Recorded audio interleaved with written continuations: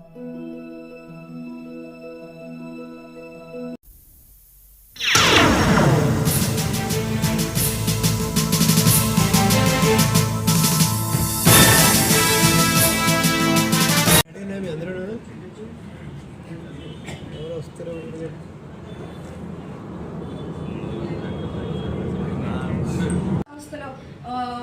మధ్య కాలంలో ఒక ప్రైవేట్ సంస్థలుగా మారిపోతున్న ఈ తరుణంలో ప్రజలు గవర్నమెంట్ కలిసి ఫామ్ చేస్తే ఏ స్థాయిలో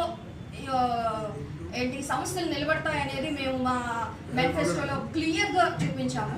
సో ఇది ప్రజా మేనిఫెస్టోతో ప్రజల కోసం వస్తున్న ఆల్ తెలుగు ప్రజా పార్టీ.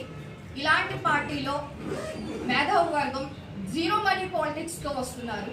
అంటే ఎక్కడెక్కడ అవినీతి అనేది జరగకుండా ఉంటుంది అని మేము మాటిచ్చి మరీ ఇందులోకి వస్తున్నాం.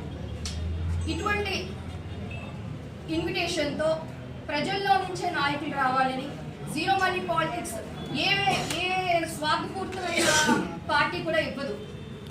అలాంటి ప్రజల కోసం వచ్చిన పార్టీ కాబట్టి జీరో మనీ పాలిటిక్స్ని ఎంకరేజ్ చేస్తూ ప్రజల నుంచి నాయకులు రావాలని ఇప్పుడు మేము తీసుకోబోతున్న ఈ అసెంబ్లీ నియోజకవర్గాల్లో అధ్యక్ష పదవులకు కానీ లేకపోతే ఎమ్మెల్యే క్యాండిడేట్స్ని కూడా మేము ఇదే పద్ధతిలో వాళ్ళని స్క్రూటినీ చేసి వాళ్ళని ఐడెంటిఫై చేస్తున్నామని చెప్పేసి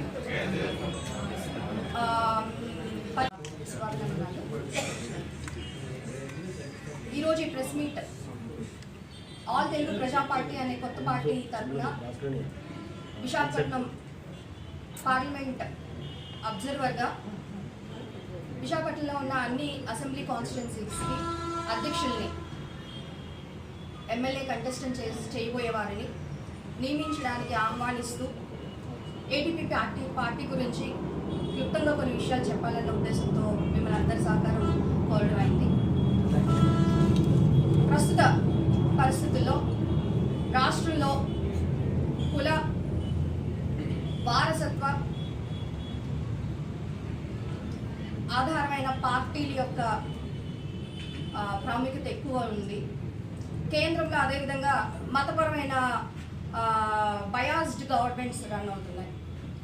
ఇటువంటి పరిస్థితి ఒక కామన్ మ్యాన్ భవిష్యత్తుకు కానీ రాబోయే తరాలకు కానీ ఏ విధంగానూ శ్రేయస్కరం కాదు అన్న ఉద్దేశంతో ప్రజల నుంచి ఒక అవగాహన కలిగిన సభ్యులందరూ కలిసి మేధావి వర్గం ప్రజలకు ఏం కావాలనే ఉద్దేశంతో, అంటే కుల వారసత్వ పార్టీల నాయకుల యొక్క ఉద్దేశాలతో వస్తున్న ప్రభుత్వాలు కేవలం వారి ఎదుగుదలకు ఉపయోగపడుతున్నాయి, కానీ ప్రభుత్వాలు ఏవి కూడా కామన్ మ్యాన్కి ఉపయోగపడట్లేదు. దానికి నిదర్శనం కావాలంటే ఏ ప్రభుత్వం వచ్చినా ప్రభుత్వంలో ఉన్న పెద్దలు ఎదుగుతారు, ప్రభుత్వంలో ఉన్న వాళ్ళ వారసత్వ తీసుకుంటున్న వారసులు ఎదుగుతారు, వారు స్థాపించిన సంస్థలు ఎదుగుతాయి, కానీ ప్రజలకు చెందిన సంస్థలు ఎదుగురు, ప్రజలు అభివృద్ధి చెందరు, ప్రజలకు ఉన్న కష్టాలు పోవు, ప్రజలకు అంటూ ఉన్న వనరులు ప్రజలకు మిగలట్లేదు. ఇదే కనుక నిజంగా గవర్నమెంట్ యొక్క ఉద్దేశం అయితే మన డెమోక్రటిక్ ఇండియాలో ఇది మంచి గవర్నమెంట్ కాదు, అంటే గవర్నమెంట్ యొక్క తీరు కాదు. అందుకని ఏటీపీపీ అనే కొత్త పార్టీ ఆల్ తెలుగు ప్రజా పార్టీ ఇప్పటికిప్పుడు ఏదో పరిస్థితులను చూసి వచ్చిన పార్టీ కాదు.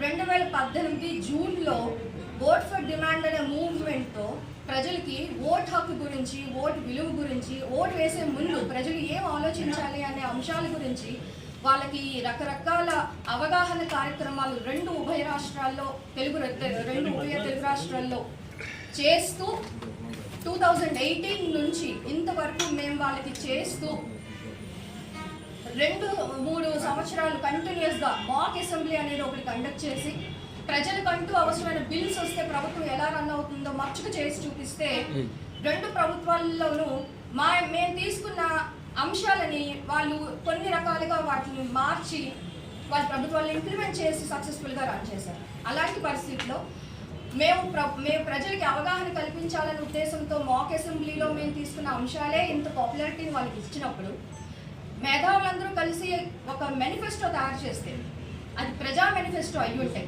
ప్రజల యొక్క భవిష్యత్తుని అది నిజంగా టార్గెట్ చేసి చూపించినప్పుడు ప్రజల కోసమే ఒక పార్టీ నిలబడితే ఎలా ఉంటుందో చూపించాలనే ఉద్దేశంతో ఆవిర్భవించిన ఆల్ తెలుగు ప్రజా పార్టీ 22 సంవత్సరాలు ఒక చారిటబుల్ ట్రస్ట్ని ఫౌండర్గా ఉన్న శ్రీ డాక్టర్ కట్కాల శివభాగ్యరావు గారు నిర్మించారు. అతను ఎంత సక్సెస్ఫుల్గా తీసుకెళ్తున్నారు అనేది 14 పేజీల మేనిఫెస్టోలో 53 అంశాలు పెట్టిన ప్రతి వర్గానికి, ప్రతి ఇంటికి, అందరికీ ఉపయోగపడే అంశాలని అందులో పెట్టిన తర్వాత, ఆ మేనిఫెస్టో చూసిన తర్వాత మాకు చాలా ప్రగాఢమైన కాన్ఫిడెన్స్ వచ్చింది. ఏంటంటే ఈ పార్టీని తప్పకుండా, ఈ మేనిఫెస్టోని చదివిన ప్రతి కామన్ మ్యాన్ కూడా తానే ముందుండి నడిపిస్తాడు. ఎందుకంటే తనకే మేనిఫెస్టోలో ఉన్న అన్ని అంశాలు తన భవిష్యత్తుకు చూపిస్తాయి, తన డెవలప్మెంట్ చూపిస్తాయి, తన